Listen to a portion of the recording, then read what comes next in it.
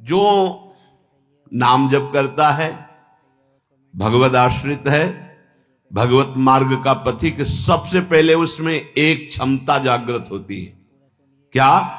ये द्वंद्व है, शत्रु और मित्र में समान भाव, मान और अपमान में समान भाव, लाभ और हानि में समान भाव, सुख और दुख में समान भाव, निंदा और स्तुति में समान भाव।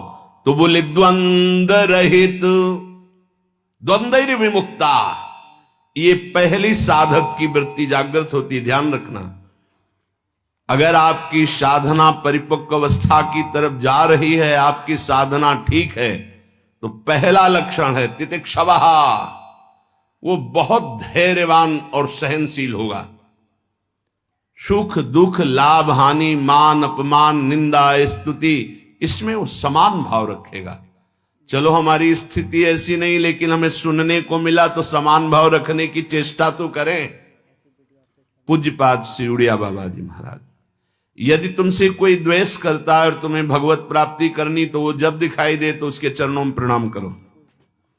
अगर पास से निकले तो राधे श्याम, वो भले ना बोले, अगर तुम ऐसा किए तो उसके बैठे हृदय में जो श्री भगवान हैं वो मिल जाएंगे तुम्हारे को। अगर तुम्हारी दृष्टि दोषयुक्त हुई तो कर लो भजन, जब तक वो नहीं मिटाओगे तब तक भगवत प्राप्ति नहीं होगी। हरिवंश नाम लीन जे अजात शत्रु ते सदा, ये शुद्ध परमार्थ अध्यात्म की चर्चा है। यहां व्यवहार को भी अध्यात्म बनाया जाता है। प्रयत्न करो सहने का, मिटाने का। क्या गाली दे रहा है कोई, श्रवणेंद्रिय ने सुना, मन में जाके दाह पैदा है, ये नहीं, मेरे भगवान अपने समीप मुझे ऊंचाई देना चाहते हैं, प्रेम की ऊंचाई, ज्ञान की ऊंचाई, इसलिए ये कटु वचन बुलवा रहे हैं, मुझे सहन करना है। राधा राधा राधा, आगे निकल गए। जो सुख दुख, मान अपमान, लाभ हानि आदि द्वंद्वों को सह जाता है, देख लो, यहां लड़ना नहीं है, भक्ति सहना सिखाती। बोले कब तक सहेंगे? जब तक भगवान न मिल जाए। बोले वो तो बहुत ही दुष्ट हो जाएगा, अगर हर बार सहेंगे तो अगली बार और बढ़ के आएगा। कदापि नहीं।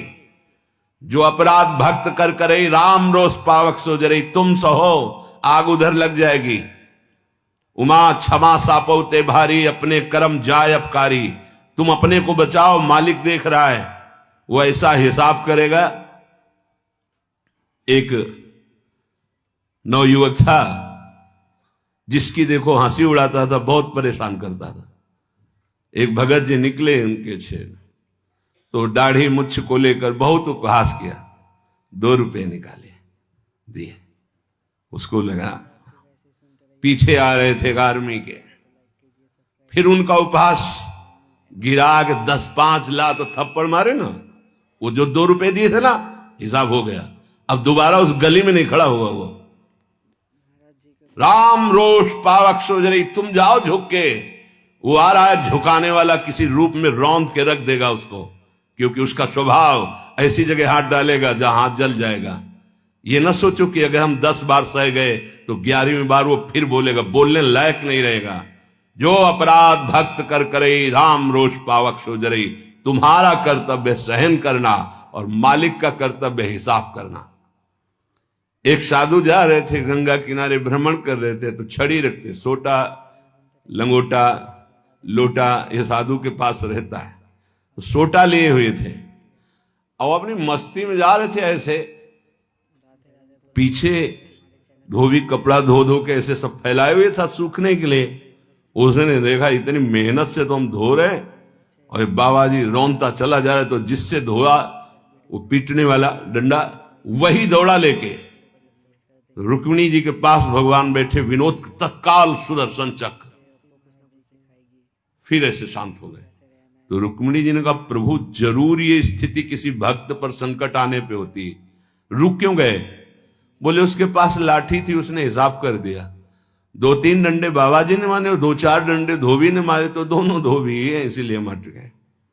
हाँ, अगर वो सर झुका देता तो वहां द्वारिकाधीश का सुदर्शन चक्र सेकंड के कम हिस्से में उपस्थित हो जाता। सर्वव्यापी तत्व है भगवान के पार्षद। जैसे नारायण निकला और वहीं हरि पार्षद प्रकट हो गए। आप अगर डंडे चलाओगे ना तो हिसाब किताब आपका भारी पड़ जाएगा। अगर आपने सर झुका दिया तो वो हर समय तुम्हें देख रहा है। कोई क्षण ऐसा नहीं है, कोई जगह ऐसी नहीं जहां उसके नेत्र ना हो। हाँ, विश्व तच्चक्षुर, पूरे विश्व में उसके नेत्र विराजमान हैं। सहना सीखो। यदि आगे बढ़ना है तो सहना सीखो। हमारी बात मान लेना। अगर मान लोगे तो जान जाओगे कि इसका रहस्य क्या है। जो सह गया तो भगवान को प्राप्त हो गया। जितना सहोगे उतने महान बनते चले जाओगे। ये शिक्षा हमको एक शराबी ने दी थी। बैकुंठ धाम ब्रह्मावर्त बिठोर ले गया। एकांत में ठाकुर जी के श्री विग्रह को दिखाया और नीचे के संगमरमर को दिखाया और कहा देखो यही संगमरमर तिल तिल काटा गया, टूटा नहीं तो आज भगवान बन करके आरती होती है। ए बाबा जी बना टूटना नहीं, चाहे जितना कष्ट आवे।